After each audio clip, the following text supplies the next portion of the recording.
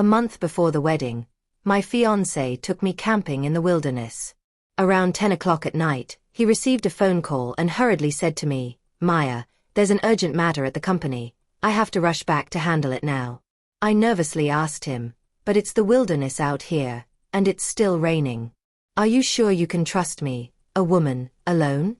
The one who responded to me was a distant silhouette. Not long after he left, a wild beast appeared, and I was so scared that I called him.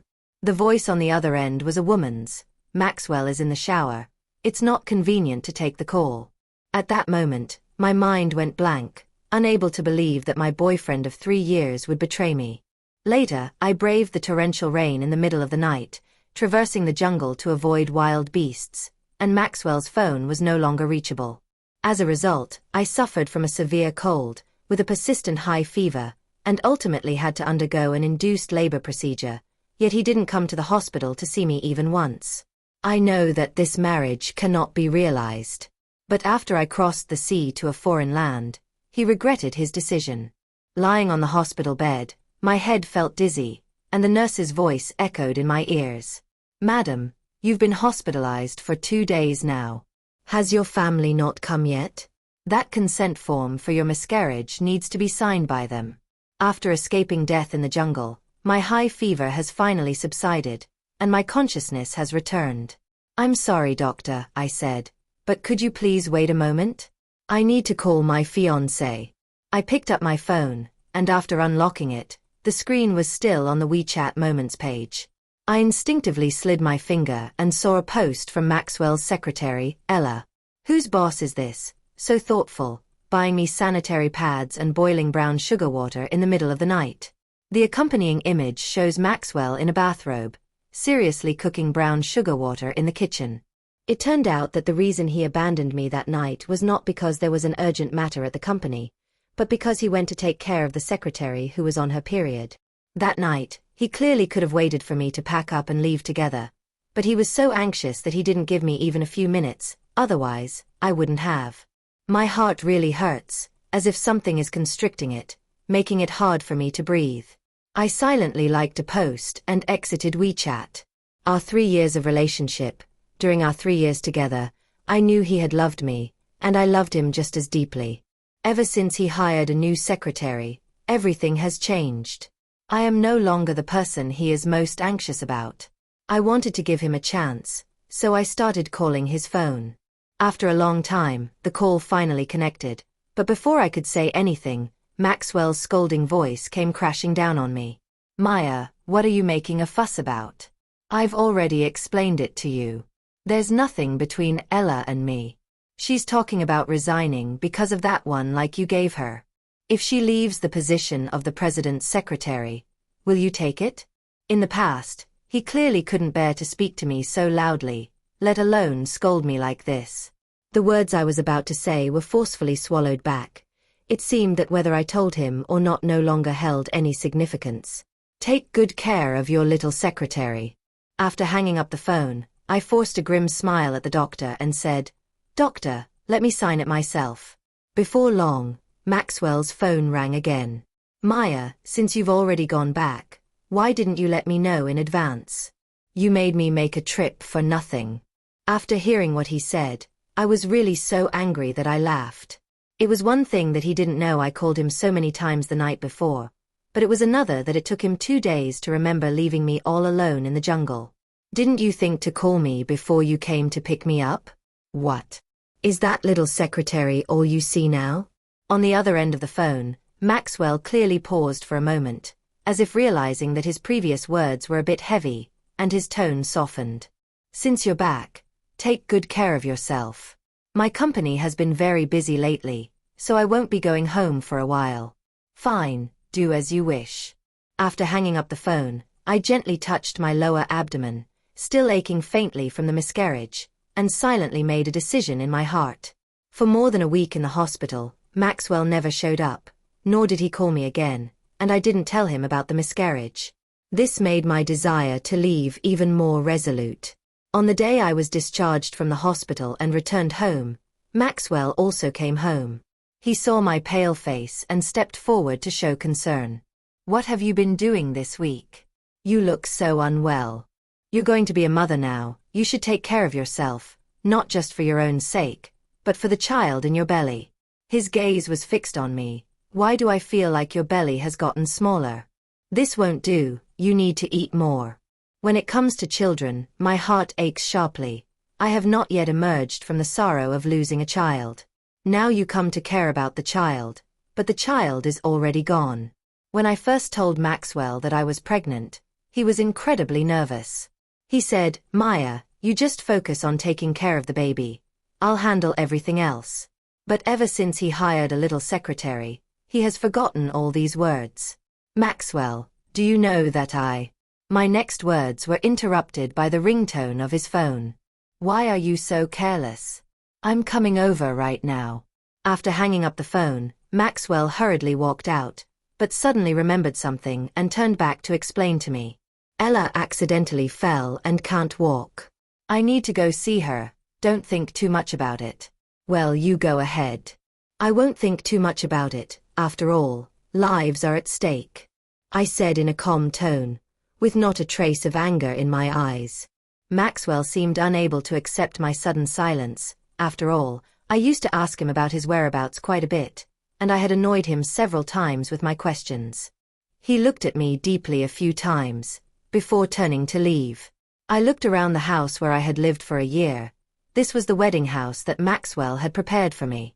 Everything inside was purchased by me, but it was all added according to his preferences. Not a single item belonged to me. Since I am no longer the most important person in his heart, there is no need to get married. I took out my phone and called my best friend abroad. After receiving my call, my best friend Lena was very excited.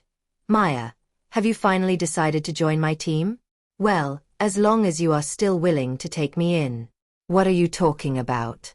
You, this design genius, are someone I can only wish for. Okay, then book me a plane ticket for half a month later. Isn't your wedding in half a month? There won't be any wedding. After comforting her for a long time, her best friend reluctantly hung up the phone. I met Maxwell at the gym, where he was working out with friends, and I was there as a temporary Sonder coach to train with him. When I first met him, he seemed very silent, as if he had been hurt in love. I am a talkative person, and as he came around more often, he gradually became familiar with me. Once, a guest asked me to practice Sonder, but he spent the entire time provoking me. When Maxwell saw this, he gave that man a severe lesson. I fell in love with him because of that one time, and he also promised me that he would be with me forever. Now I realize that promises can also expire. Maxwell returned home the next evening, exhausted. I sat on the sofa beside me, reviewing the materials. Since I wanted to return to the design world, learning was essential.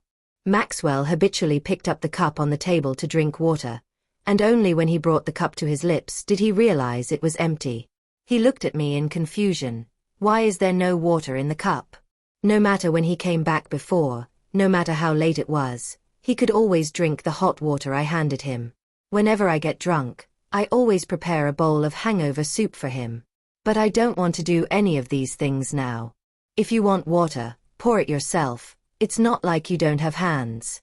Maxwell then realized that something was off with me. Maya, are you still making a scene? I told you, Ella and I are not what you think. She sprained her ankle yesterday. I remembered the moments that Ella posted last night. It's just a little scrape. Look how nervous it made the boss. The accompanying image shows her bare heel covered with a band-aid. What he could say from his mouth indeed seemed very serious. Oh, I see. I didn't even glance at Maxwell. Maxwell stared at me again. Aren't you going for your prenatal checkup the day after tomorrow? I'll go with you. When I was discharged from the hospital, the doctor told me to come back for a checkup in 3 days. Let's go together then and clarify everything, including the cancellation of the wedding. Okay. The next morning, I got up and went to the dining room, where a plate of shrimp dumplings was set on the table. Maxwell saw me and said, "Get up, come over and eat your favorite shrimp dumplings." I waited in line for over an hour for this, and after I finish, I have to rush to deliver it to Ella. My face fell. Did you forget? I'm allergic to shrimp and can't eat it. Maxwell's face stiffened for a moment, showing embarrassment. Oh, then I'll go buy you another one. I don't need it. I'm going out soon and will buy it myself. Then be careful, I have important matters to handle at my company, so I'll be leaving first. I do have things to do. The people at the bridal shop just informed me that the wedding dress I had custom-made has arrived. Since I want to end this relationship, that wedding dress no longer holds any meaning. I arrived at the bridal shop, and the staff approached me with a somewhat awkward expression. Miss Maya, I'm sorry, but the wedding dress you ordered has been taken by your fiancé for someone else to try on. At that moment, a voice came from inside. Maxwell, do you think this wedding dress looks better on me, or on your fiancé? You look good in what you're wearing. Hearing this, I was stunned, and anger slowly crept into my heart. How could Maxwell do this? How could he let another woman wear the wedding dress I designed myself? I walked quickly inside, came to Maxwell's side, and questioned him. What are you doing? Maxwell quickly turned to look at me after hearing my voice, a hint of panic flashing in his eyes. Maya, what are you doing here? You ask me how I got here. Of course I came to the wedding dress shop to try on wedding dresses. But how could my wedding dress be on this woman's body? She walked up to me with a wronged expression, pulling at my arm. Maya, please don't blame Maxwell. I just thought this wedding dress was beautiful, and I couldn't resist the temptation to ask him to let me try it on. Seeing the provocation in Ella's eyes, I wanted to pull back the hand she was holding, but before I could even exert any force, she had already fallen to the ground. With a voice choked with grievance, she said, Maya, please don't be angry. I'll change out of the wedding dress and return it to you right away. Maxwell saw this and hurried over to help Ella, who had fallen to the ground, asking her gently, Ella, are you okay? Maxwell, I'm fine. You go comfort Maya and help her calm down. It wasn't intentional. Maxwell turned around, his gaze fierce as he looked at me. Maya, why have you become so jealous and competitive? Ella has already apologized to you. Why did you still viciously push her down? Hurry up and apologize to Ella. Looking at the Maxwell in front of me, filled with thoughts and feelings for someone else, my heart still aches uncontrollably. After all, how can I say I don't care about someone I've loved for 3 years? I took a deep breath and looked at Maxwell with disappointment. If I said I didn't push her, would you believe me? Maya, can you not be so petty with a little girl? I held back the tears that were about to spill over. I won't admit to things I haven't done, nor will I apologize to her. Since she likes this wedding dress so much, I'll just give it to her. After saying that, I turned around and left without looking back. I had already decided to give him up, so what was the point of keeping that wedding dress? After returning home, I began to sort out the things I needed to take with me. I packed up more than half, and it came down to just 2 boxes. It was a little past 2 in the afternoon when I was still asleep, and in my daze, I heard the sound of someone opening the door. I thought it was Maxwell who had returned, so I got up and walked out of the room. When I saw Ella, my body stiffened for a moment, and I asked her, "What are you doing here?" She walked towards me with a proud look in her eyes. Of course, it's the key that Maxwell gave me. When she spoke, she deliberately raised the keys in her hand, and I happened to see the heart-shaped bracelet on her wrist. It was the latest bracelet on the market, symbolizing eternal unity, and it was also my favorite design. There is only this one on the market, and unexpectedly, it ended up on Ella's hand. My heart was completely chilled, and I said coldly, "Take what you need, and leave quickly." Maya, you saw it today too. The one Maxwell loves now is me. You, his fiancé, have been eliminated. Be smart and get lost quickly, or I'll have to personally throw you out, and that would be embarrassing. I scoffed. You want to rise in status? Fine, let Maxwell come to me personally. As long as I am still his fiancé, you will always be the hidden mistress. You wait for me. Ella stormed off in anger. Before long, Maxwell's phone rang. Maya, I just asked Ella to come home to get an important document, and as soon as she got back, she was crying to me. Why did you scold her? I didn't expect Ella to go and tell on Maxwell, and she succeeded. I didn't curse at her, it was her words that were disrespectful to me. I just replied to her a few times. I know you must still be upset that she tried on your wedding dress without your permission, but she has already apologized to you. This matter is in the past.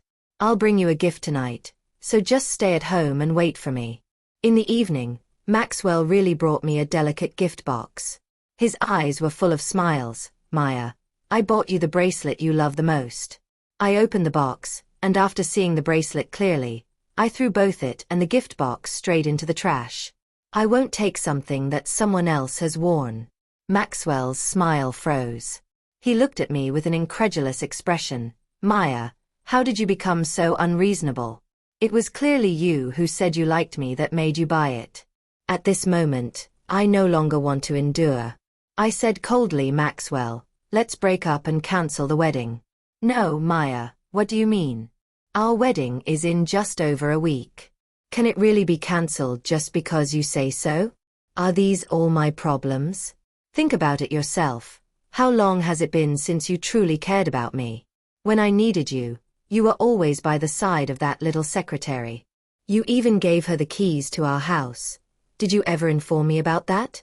If you no longer like me, please let me know in advance. I'm not someone who makes unreasonable demands. I would support your decision. Instead of letting Ella's arrogance grow and allowing her to come to my door to provoke me like this. After listening to me, Maxwell realized the changes I had gone through during this time, and that he had indeed gone a bit too far. He nervously said to me, Maya, Ella can be a bit willful at times. Don't take her words to heart. I won't take it to heart anymore, but breaking up is not a joke. Maxwell looked at me again, his eyes filled with disbelief at what I was saying. Indeed, over the past 3 years, those who know us are aware that I am hopelessly in love with Maxwell, to the point that I quit my job as a kickboxing coach and became a housewife. If they say that Maxwell doesn't want me, they believe it, but if I were to leave Maxwell on my own, they would never believe it, no matter what. But when a person accumulates enough disappointment, even the things that were once important will be abandoned. I know you're still angry. Let's go visit your parents together after your checkup tomorrow. Didn't you always want me to accompany you back? That's right, we're about to get married, but he has never met my parents even once. Every time he agrees to go back with me, he changes his mind after promising. Let's talk about it tomorrow. I'm tired and need to go back to my room to rest. All right, I'll help you back to your room. It's very normal for pregnant women to feel sleepy. Now, when I hear the words pregnant woman, my heart feels much calmer. I just wonder what his reaction will be when he finds out tomorrow that the baby is gone. The next morning, we arrived at the hospital, and it wasn't until we walked into the doctor's office that Maxwell realized and asked me, Maya, aren't we supposed to go for a prenatal checkup? What are you doing in the gynecology department? The child is gone. What's the point of prenatal checkups? I'm here for a follow-up. Maxwell staggered back 2 steps, his expression shocked as he asked me, what do you mean by that? What do you mean the baby is gone? You are clearly 4 months pregnant. The doctor who examined me this time was the same one from my last hospital stay. She couldn't hold back any longer and started scolding Maxwell. Sir, how can you call yourself a husband? Not long ago, your wife was admitted to the hospital after being caught in the rain and had a high fever that wouldn't go down. To save her life, we had no choice but to perform an abortion, and you were unreachable the entire time. Hearing the doctor finish speaking, Maxwell finally realized that our child was lost after he abandoned me alone in the jungle. With a face full of regret, he wanted to explain to me. Maya, let me explain. I really had something to do that night. And why didn't you call me when the accident happened? Thinking back to that night, I still feel a lingering fear. If it weren't for my slight foundation, there would have been 1 corpse and 2 lives lost by now. Who said I didn't call you? It was your little secretary who answered, and she said you were taking a shower and couldn't answer. Maxwell tried to recall what happened that night. When I got to the company that day, I was soaked through and went to take a shower, so why didn't you call me again later? That night, he was clearly busy making brown sugar water for the little secretary, yet now he lies to me, saying he's at the office. For that mistress, he has learned to lie. I called, but I couldn't get through even after trying more than 10 times. Maxwell then remembered that he only saw my phone number lying in his blacklist the next day, and at that time, he still felt something was off. He started to get nervous, grabbing my hand. "Maya, I'm sorry, I might have pressed the wrong key and accidentally deleted your number. I didn't mean to, please believe me." I looked at Maxwell with indifference. He was making excuses for Ella.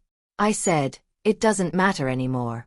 The doctor looked at Maxwell with a face full of disdain. "Miss Maya has run into bad luck for 8 lifetimes, to have a husband like you. He won't be for long." After I finished speaking, I followed the doctor into the examination room for a checkup. After finishing the checkup, I stepped out to the hospital entrance, and my best friend's call came in. "Maya, I have completed all the onboarding procedures for you. Is there anything else you need? I can prepare it for you in advance." "No, I'll talk about it when I get there." After hanging up the phone, Maxwell anxiously asked me, "Maya, who were you just talking about calling? Where are you going?" "No one, you heard wrong. I don't want Maxwell to know that I'm leaving just yet. He's a domineering person, and I'm afraid he will try to stop me." Maxwell looked at me with a hint of disbelief, trying to read any signs of deceit on my face. "Really? Well, really," I replied with an unchanged expression. Maxwell, after seeing nothing on my face, said, "Then you go home and wait for me. I'll handle some things at the company and then come back to pick you up. Because my hometown is in another city, over 600 kilometers away by car, it takes 2 days for a round trip. It's quite normal for him to go back to take care of some matters." But after I got home, I waited until the sun went down, yet I still did not wait for him. It turned out that I no longer held any position in his eyes. Disappointment, once accumulated enough, would turn into despair. At that moment, I was completely disheartened by Maxwell. I pulled up the suitcase I had prepared long ago, threw away everything I had used, and left without looking back. If Maxwell cared about me, he would have noticed that the wardrobe, which used to be filled with my clothes, now has only a few left. Since I started tidying up, several days have passed, and he hasn't noticed at all, which is enough to prove that I no longer hold any position in his heart. In the middle of the night, returning to the home I hadn't visited in 2 years, seeing my parents with their heads full of white hair, my eyes became moist.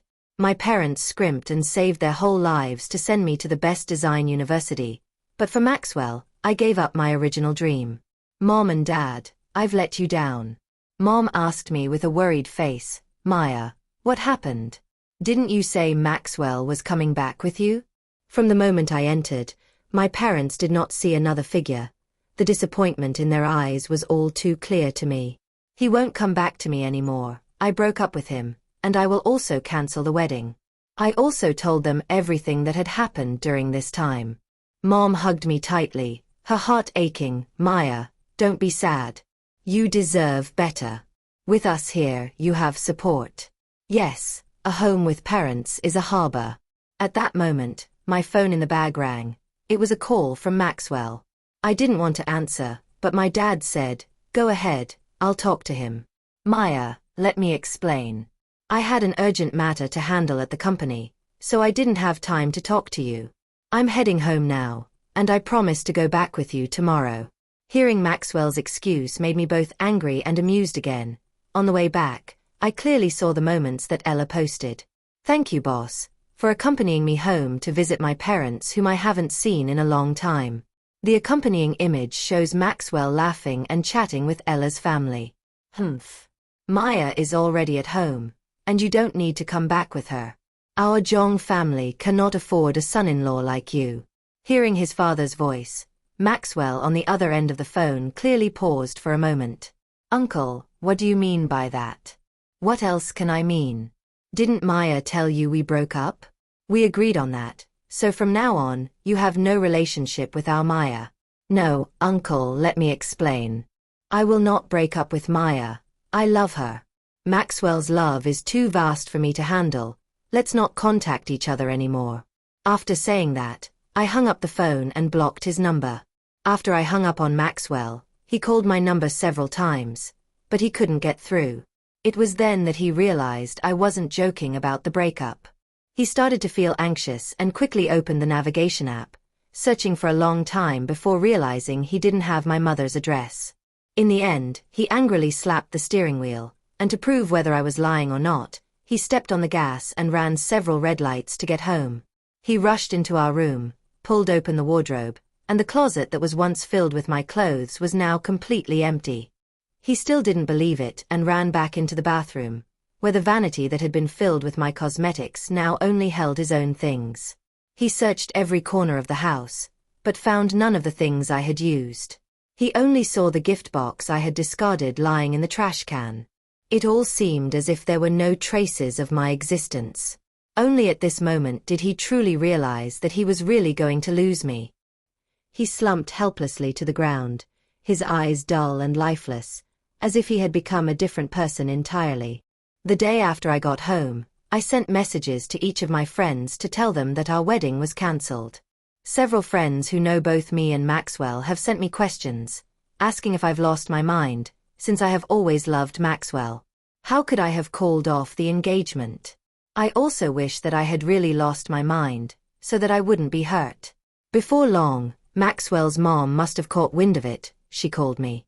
Maxwell's mom is usually quite nice to me, so I thought I might as well take this last call. Maya, I don't know what happened between you and Maxwell, but you are about to hold a wedding, and the invitations have already been sent out. Now suddenly saying you want to cancel, where does that leave the Shu family?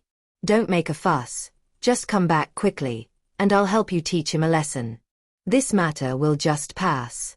She is not my biological parent, and she cannot understand the pain I have endured. Everything she says is solely for the sake of her Shu family. Aunt, I can no longer go back with Maxwell. Please just pretend you never knew me. The daughter-in-law you wanted, Maxwell has already found for you, but it is not me. Ah no, you're carrying Maxwell's child now, so you should give birth to the baby first and then talk about it. It turns out that Maxwell hadn't told his mother about my miscarriage. After all, how could he dare to, considering that the child was indirectly killed by him as well? The child was killed by your son, don't you know? Let's not contact each other anymore.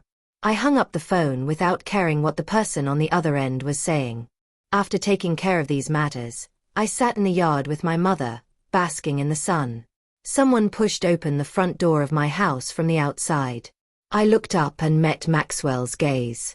He hurried over, squatting beside me and said, Maya, stop messing around. Will you come home with me? Our wedding won't be cancelled. I've even informed them to expand the wedding plans. I want to announce to the whole world that you, Maya, are the only wife of me, Maxwell, for this lifetime. Does he still think I'm just messing with him? But I am incredibly serious, and I've made up my mind to break up with him. I pushed away Maxwell's hand that was gripping my arm. Maxwell, I'm not joking, and I've been very calm. It's over between us. Can we at least keep some dignity for each other? Why do you get to say we break up just like that? What did I do wrong? I looked at Maxwell with a strange expression, wondering how he still had the nerve to ask such a question at this point. Some images from the past rushed into my mind. That day, I was playfully asking him, Maxwell, what would you do if I broke up with you one day? He gently scratched my nose with his hand. I will never give you the chance to say goodbye. What should we do if that day really comes? There will never be that day, I swear. He has made many vows, but in the end, they became the sharpest swords that hurt me the most. All right, since you're not clear about it, I'll tell you. I searched through all of Ella's social media posts to show him. The more he looked, the worse his expression became. I never knew she would post something like that. But I really have no relationship with her. She is just my mentor's daughter, and my mentor asked me to keep an eye on her a bit more. I never thought about having anything with her. Maya, you have to believe me. And I believe she was just being a bit mischievous and never intended to interfere in our relationship. It was also my fault for not handling the situation well, and I unintentionally hurt you. I'm truly sorry. Is that so? Since he doesn't believe it, I'll leave him with nothing to say. I presented the surveillance footage that I had intentionally kept to Maxwell, saying, after watching this, you won't still hold on to what you just said. What he was shown were the provocative words of Ella at home, as well as the surveillance footage from the bridal shop where Ella deliberately fell and then falsely accused him. After finishing, Maxwell took a few steps back, his expression one of disbelief. Maya, it's only now that I realize what kind of person she is. Wait for me. I'll go back and teach her a lesson. Our wedding will still take place as scheduled. Maxwell, there's no need for that. At this moment, you still haven't realized why I want to break up with you.